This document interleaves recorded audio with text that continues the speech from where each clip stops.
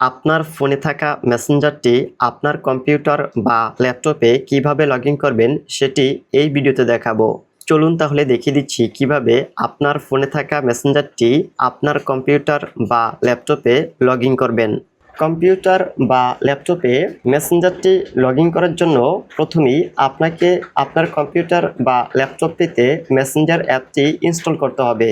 Computer বা ল্যাপটপে Messenger অ্যাপটি ইনস্টল করার জন্য কম্পিউটার বা ল্যাপটপ থেকে যে কোনো একটি ব্রাউজার ওপেন করবেন। আমি গুগল ক্রোম ব্রাউজারটি ওপেন করছি। গুগল ক্রোম ব্রাউজারটি ওপেন করার পর সার্চ বক্সে messenger.com লিখে সার্চ করবেন। এরপর উপরে কর্নারে 3 ডটে ক্লিক করবেন। স্ক্রল করে নিচে চলে আসবেন। এখান থেকে ক্যাস্ট সেভ অ্যান্ড শেয়ার এই লেখাটিতে মাউজের কার্সারটি ধরে রাখবেন। এরপর ইনস্টল ফেস অ্যাজ অ্যাপ এই লেখাটিতে ক্লিক করবেন। দেন ইনস্টলে ক্লিক করবেন। এখান থেকে ইয়েসে ক্লিক করবেন। এখন সরাসরি আপনার কম্পিউটার বা ল্যাপটপের হোম স্ক্রিনে চলে আসবেন। কম্পিউটার বা ল্যাপটপের হোম স্ক্রিনে আসার পর এখন যেই মেসেঞ্জার অ্যাপটি ইনস্টল করেছেন সেটি দেখতে পাবেন। এখন মেসেঞ্জারটি ওপেন করবেন।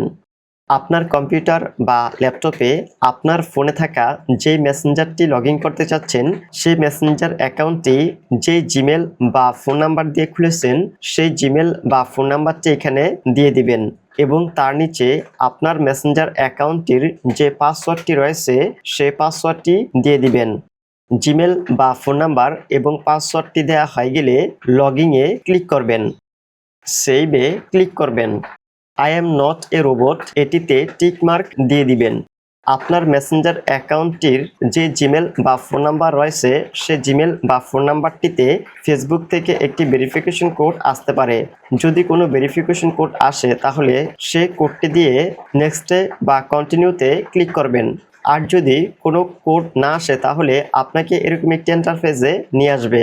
এখান থেকে আপনার মেসেঞ্জার অ্যাকাউন্টের নামটিতে ক্লিক করবেন। এরপর আপনার মেসেঞ্জারে যদি কোনো পিন সেট করে থাকেন তাহলে সেই পিন কোডটি এখানে দিয়ে দিবেন।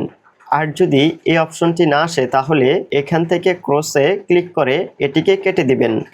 এখন আপনার মেসেঞ্জার অ্যাকাউন্টটি আপনার কম্পিউটার বা ল্যাপটপে লগ ইন হয়ে গিয়েছে।